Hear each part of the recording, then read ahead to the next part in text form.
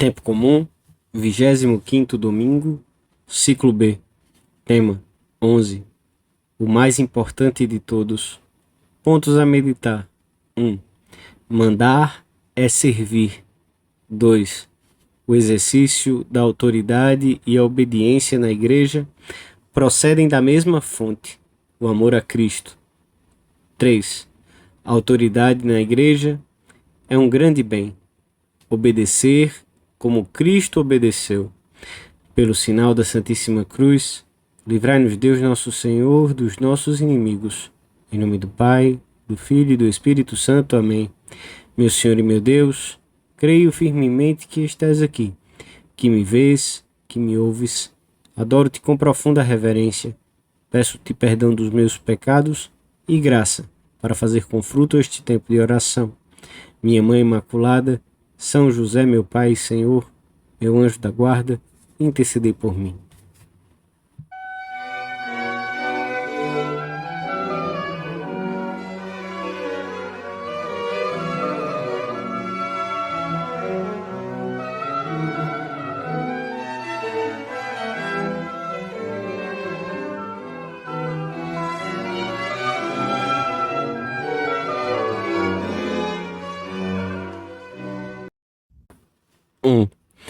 A primeira leitura da missa apresenta-nos um ensinamento acerca dos padecimentos dos filhos de Deus, injustamente perseguidos por causa da sua honradez e santidade. Armemos laços ao justo, porque nos incomoda. É contrário às nossas obras, lança-nos em rosto as nossas transgressões da lei e desonra-nos publicando os erros da nossa conduta. Declara que tem a ciência de Deus e chama-se a si próprio Filho de Deus. Só o vê-lo nos é insuportável. Ponhamo-lo à prova por meio de ultrajes e tormentos para verificarmos a sua mansidão e provarmos a sua paciência. Condenemo-lo à morte mais infame e então se verá se é verdade que há quem se ocupe dele. Estas palavras, escritas séculos antes da chegada de Cristo, são aplicadas pela liturgia ao justo por excelência, Jesus, Filho unigênito de Deus, condenado a uma morte ignominiosa depois de padecer todas as afrontas.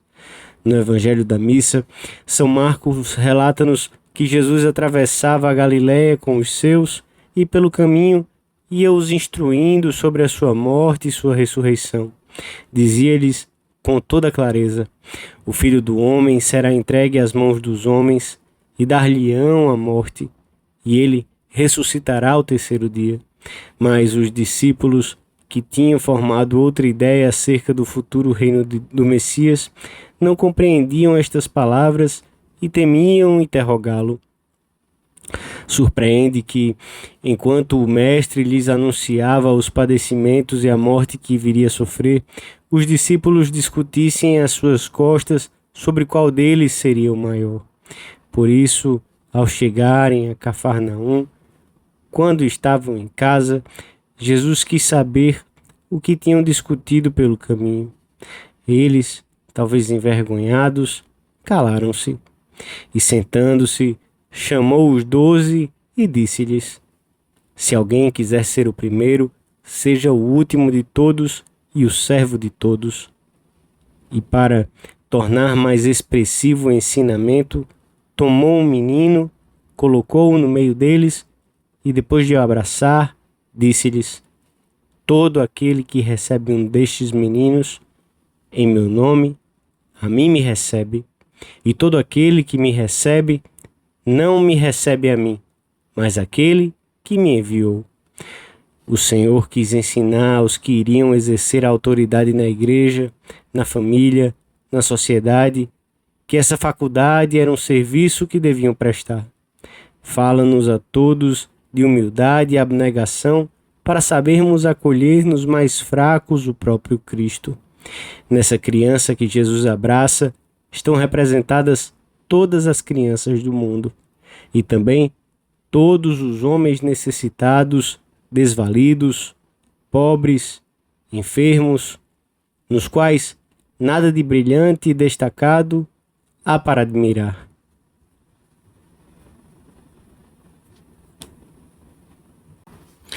Dois. O Senhor, nesta passagem do Evangelho, quer ensinar principalmente aos 12 como devem governar a igreja. Indica-lhes que exercer a autoridade é servir.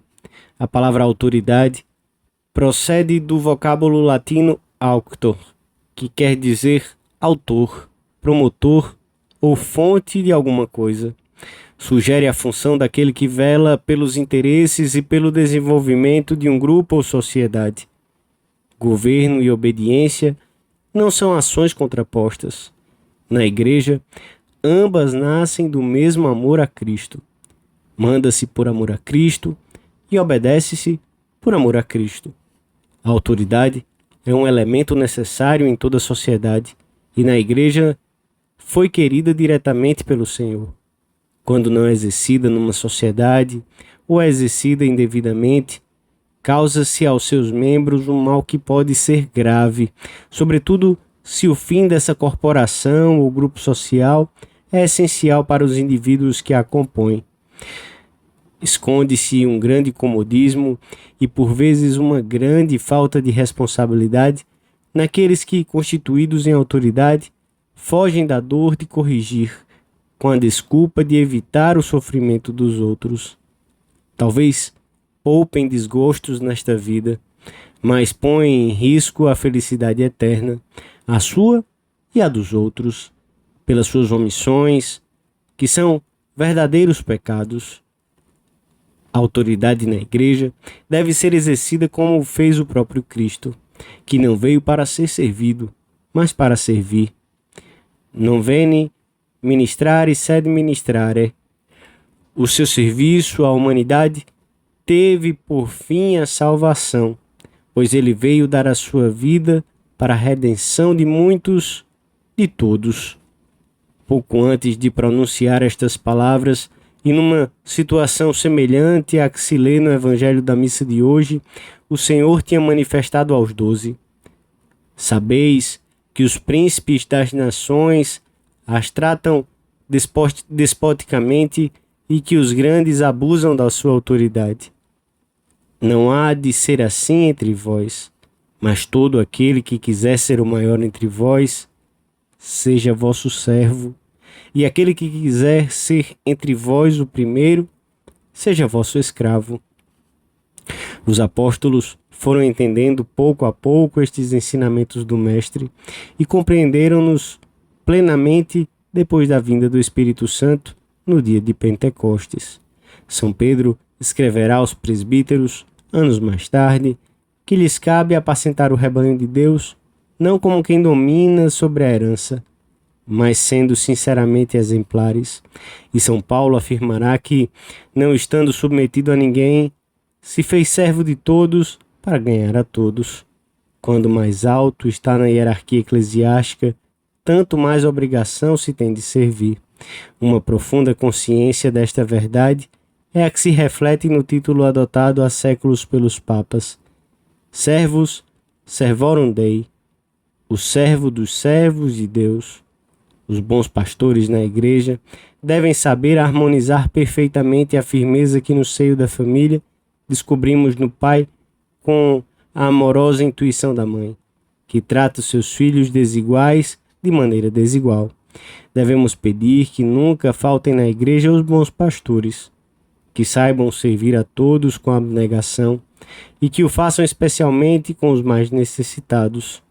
A nossa oração diária pelo Sumo Pontífice, pelos bispos, pelos que de alguma maneira estão constituídos em autoridade, pelos sacerdotes e por aqueles que o Senhor quis que nos ajudassem no caminho da santidade, subirá até o Senhor e ser-lhe-á especialmente agradável.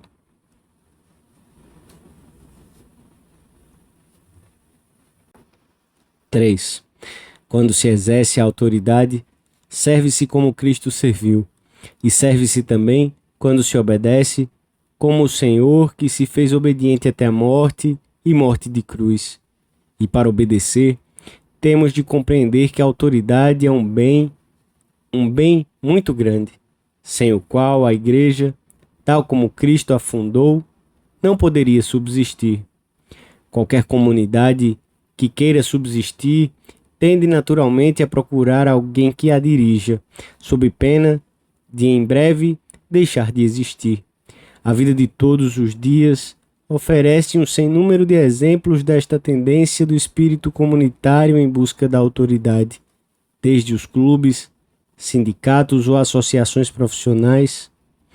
Numa verdadeira comunidade, cujos membros estão unidos por fins e ideais comuns, a autoridade não é objeto de temor, mas de respeito e acatamento por parte dos que estão submetidos a ela. Numa pessoa normalmente constituída, a consciência individual não tende naturalmente a desconfiar da autoridade ou a rebelar-se contra ela. A sua disposição é antes a de aceitá-la, de recorrer a ela, de apoiá-la. Na Igreja, o sentido sobrenatural, a vida de fé, faz-nos ver nos seus preceitos e conselhos o próprio Cristo, que vem ao nosso encontro nessas indicações.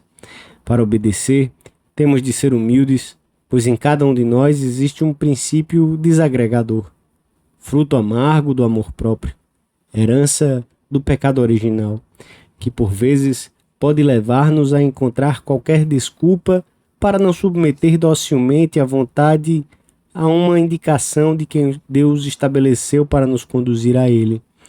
Hoje, que o ambiente está cheio de desobediência, de murmuração, de bisbilhotice, de enredos, temos que amar mais do que nunca a obediência, a sinceridade, a lealdade, a simplicidade, e tudo isso com sentido sobrenatural, que nos fará mais humanos.